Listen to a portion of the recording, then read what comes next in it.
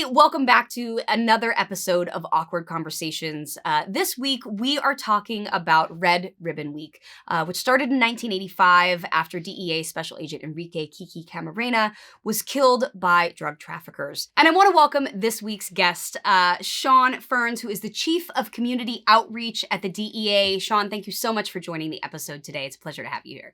I'd love to hear a little bit from you about sort of the background of Red Ribbon Week, what its inspiration and history was, so people kind of know where this all came from.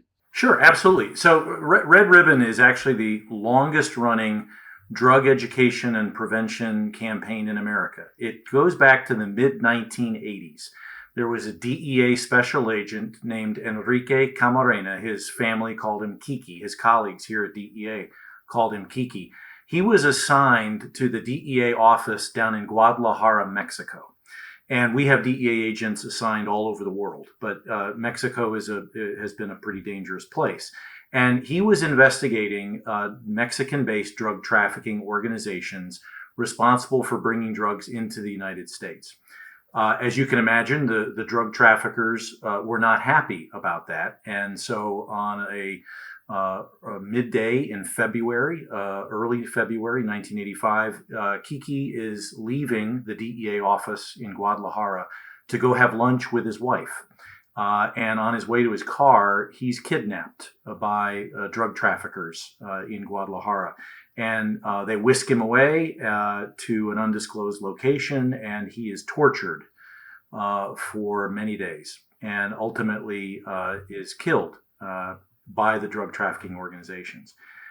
It is a massive wake-up call to America. Then, at that time, it was the Reagan administration in the White House. It was a wake-up call to them, to the scope of the drug problem in America, that these drug trafficking groups would be so brazen as to kidnap, torture, and murder a federal agent of the United States government. It really hit his home as well. Kiki was born and raised in Calexico, California. And what really makes Red Ribbon, in my opinion, special is that this wasn't started by an organization in Washington or by, parents in New England. Red Ribbon was actually started by kids at Calexico High School, where Kiki Camarena had gone as a student to high school. And they began to tie red ribbons around the community and around the school as a show of solidarity to Kiki and to his loss and what it meant to the community in Calexico, California. And that caught on, and it began to spread to other communities around the country. And they originally began as what were known as Camarena clubs in honor of Kiki. But then eventually, because they were tying red ribbons on everywhere, it became known as the Red Ribbon Campaign.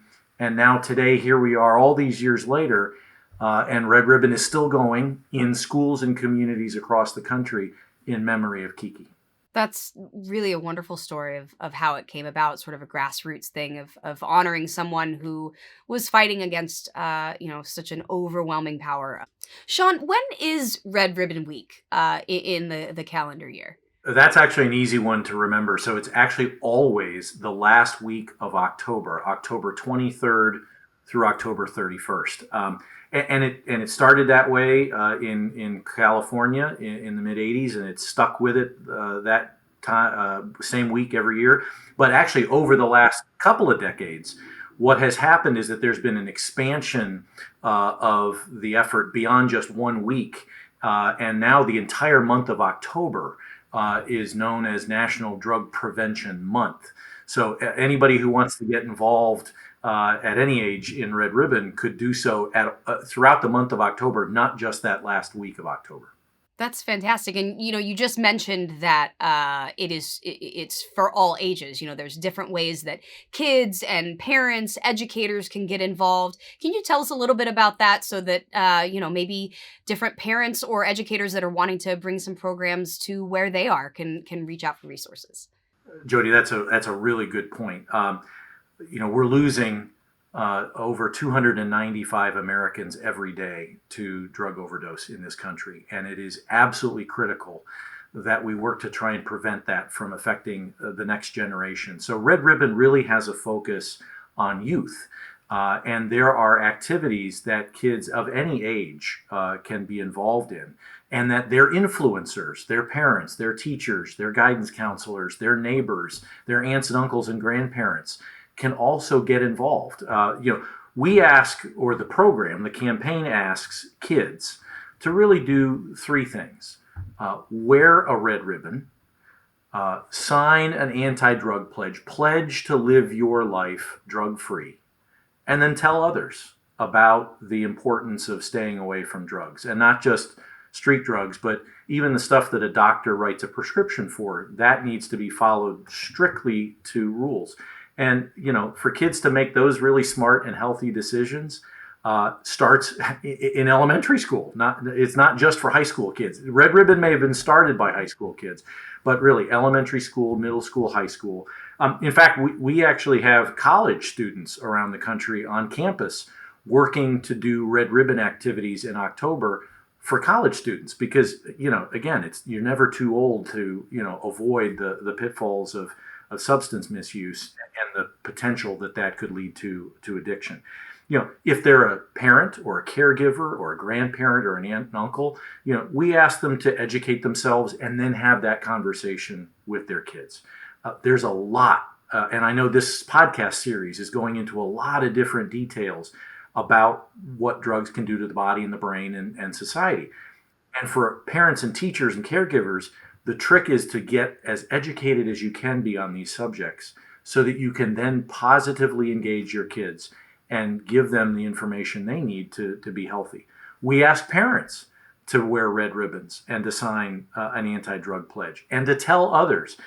For parents that are active on social media, post about it. If you're part of a neighborhood listserv or email group, talk about it with other neighbors. And if you're a civil leader in charge of a community government, for example, pass a resolution recognizing October as Drug Prevention Month, or as the last week of October as Red Ribbon Week. And for teachers and educators, that's probably the easiest, because there's so much material that's available out there for teachers to work it into the classroom, whether they're teaching history or physical geography or economics or social studies or health. Obviously, that's where we typically see the drug issue talked about most frequently. But to also talk about it openly in school, to perhaps do a red ribbon door decorating contest in the classroom, to engage your kids in many schools do Spirit Week during the last week of October, and they kids get to wear crazy red outfits. Make sure that your students know that, hey, the reason you're asking them to show this extra spirit is so that they know that it's good to be drug-free and to grow up healthy and strong, and that there are so many other things that they can do other than drugs and frankly the violence related to it. One of the other segments I want to mention is that if it's a business leader or a community leader that has access to the ability to, for example, light up their corporate headquarters or a major public landmark in red.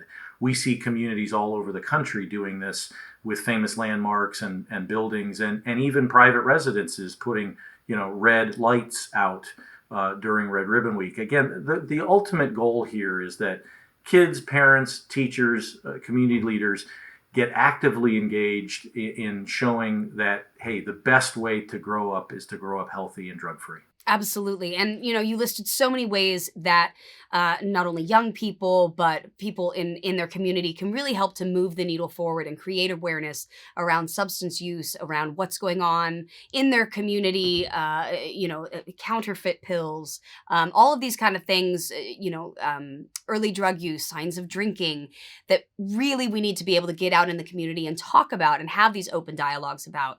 Not just in the month of October. I think we need to have these all the time, all year round, having these conversations and really, I think that being able to participate in our communities and help to spread this message of how to avoid substances, how to, help kids and young people and everyone really avoid some of the dangers of what is going on in the world right now with substance use. And Red Ribbon Week is such a great example of that. The other thing, Jodie, is that Red Ribbon is not specific to any particular drug. Some communities are dealing with the problem of fentanyl, others methamphetamine, others cocaine, others marijuana. The goal of Red Ribbon is simply general drug awareness and drug prevention, so that a community, a school, a parent group can make it their own by making it local to the issues that their community is facing. If you don't dispose of the unneeded medications in your home, they might find a new one. They could end up lost, stolen, or simply misused. Keep them safe, clean them out, take them back at the U.S. Drug Enforcement Administration's National Prescription Drug Take-Back Day, Saturday, October 29th. To find a collection site near you, visit DEATakeback.com. Help DEA keep our communities safe and healthy. Now, Sean, in talking about Red Ribbon Week and, the pledges that young people sign and the activities that they're involved in, we know that a young person signing a pledge saying that they're going to be substance free often may not be the thing that makes the difference in their lives. But what does make the change and what does make the difference is these points of awareness, like Red Ribbon Week or like October and Drug Prevention Month, is it gives us those points as parents, as educators, to start the conversation. Because I think that's one of the hardest things that parents really face when trying to have this talk about, substances, drugs, alcohol with their kids, is how do I bring it up? It feels really weird. It feels like I don't want to just jump in. I don't want them to, freak out on me. And things like Red Ribbon Week and October, as Drug Prevention Month, they give you that moment to go, hey, is your school doing anything? Oh, are there problems with drugs at your school? Ask questions. I find that asking questions about what's going on in your kids' school and in your kids' lives, we've talked about that a lot. I know Amy's talked about it, like having those sort of indirect conversations when you pick them up from school. Oh, I see it's Red Ribbon Week. How's that going? Is that a problem at your school? Do you notice anybody?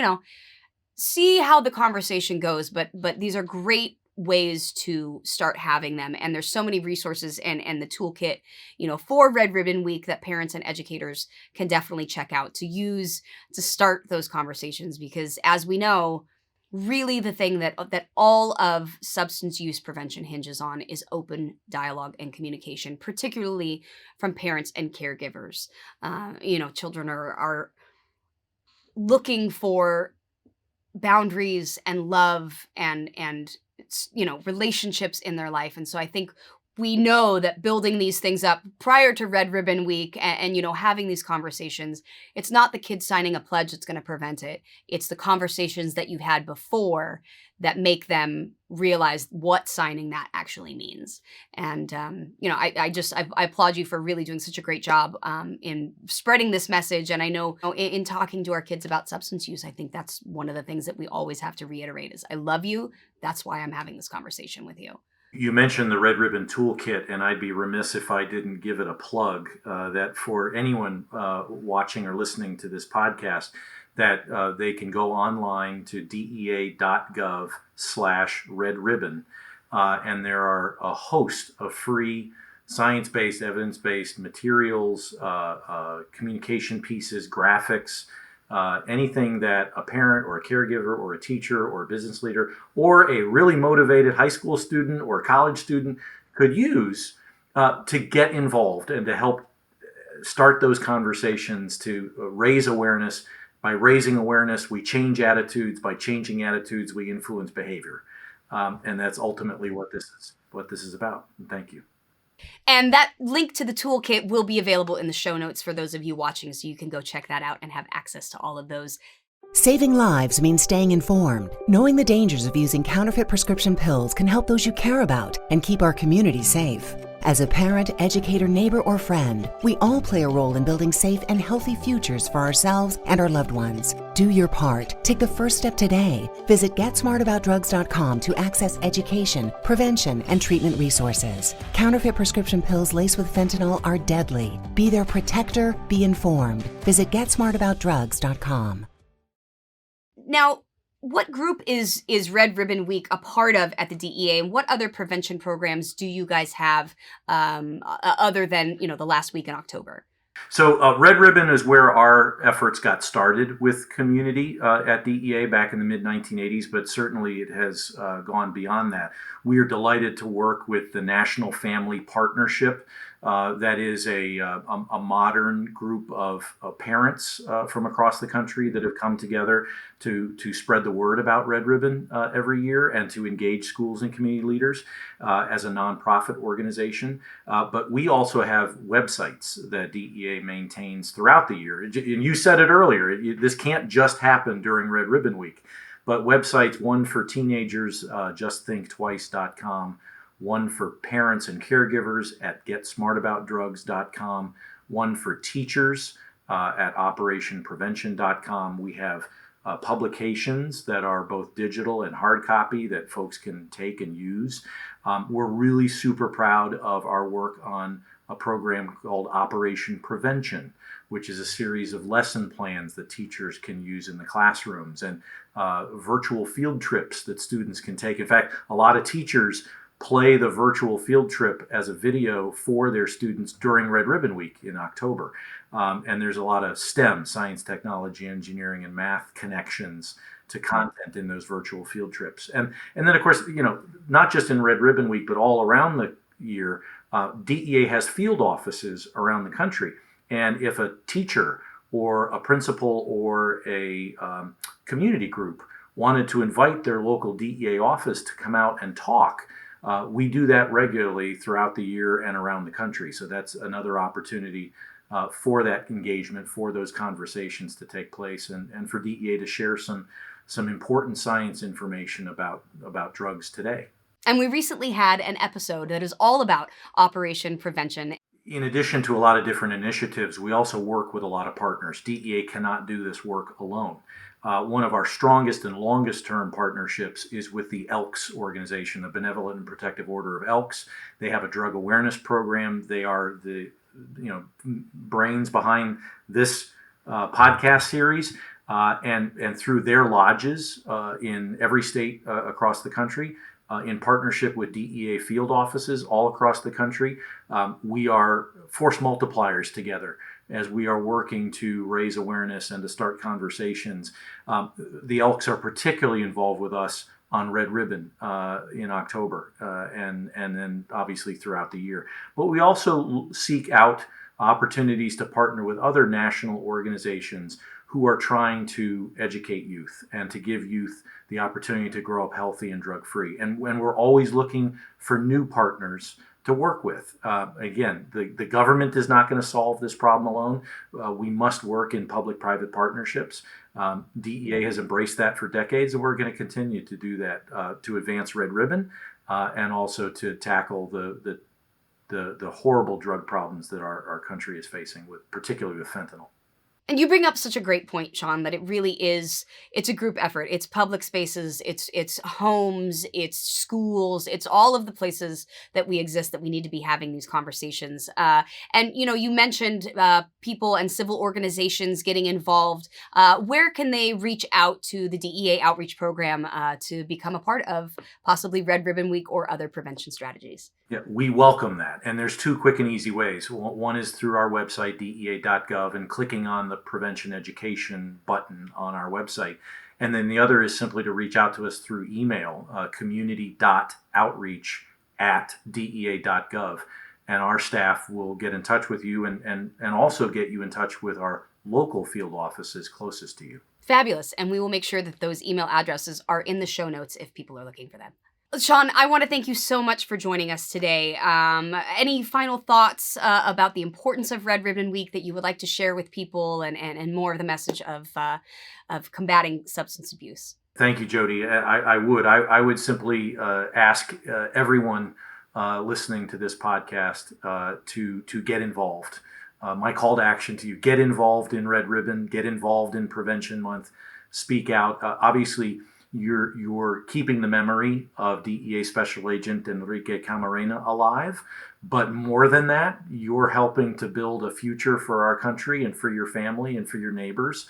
that is at its best, which is healthy and drug-free. And it takes every single one of us to be involved in that and to have active conversations year-round about the value of staying away from drugs. Absolutely. Relationships, conversations, that really what it all comes back to. Sean, thank you so much for everything that you talked about on the show today and everything you do with creating awareness around substance abuse and creating a substance-free life. We really appreciate it. Thank you so much. All of the things that we've talked about, too, resources and stuff, are in the show notes. If you're watching and you're looking for some of the things that we've talked about, you can go there and find links. Anyway, thank you so much for joining me for another episode of Awkward Conversations. I really appreciate it. And yeah, thanks so much. Coming up on the next episode of Awkward Conversations. Today, we're talking a lot about peer pressure. The idea also of perception not always being reality. The reality is that not everybody is vaping at school. But when you walk into the bathroom and 4 or 5 people are vaping every time you go into the bathroom, it's going to feel like your school of 500 people, someone is always vaping. Well, and I think sometimes, when you have those children who maybe are not making the best decisions, having those conversations with your own child about, what kind of decisions are they making and what kind of consequences are they having? Are there ways that you can invite them into a positive, environment? I know on social media there's as much pressure on parents to be perfect, to have, family content that they're producing or everyone's getting along. And, that's not always the case. And make sure to check out getsmartaboutdrugs.com.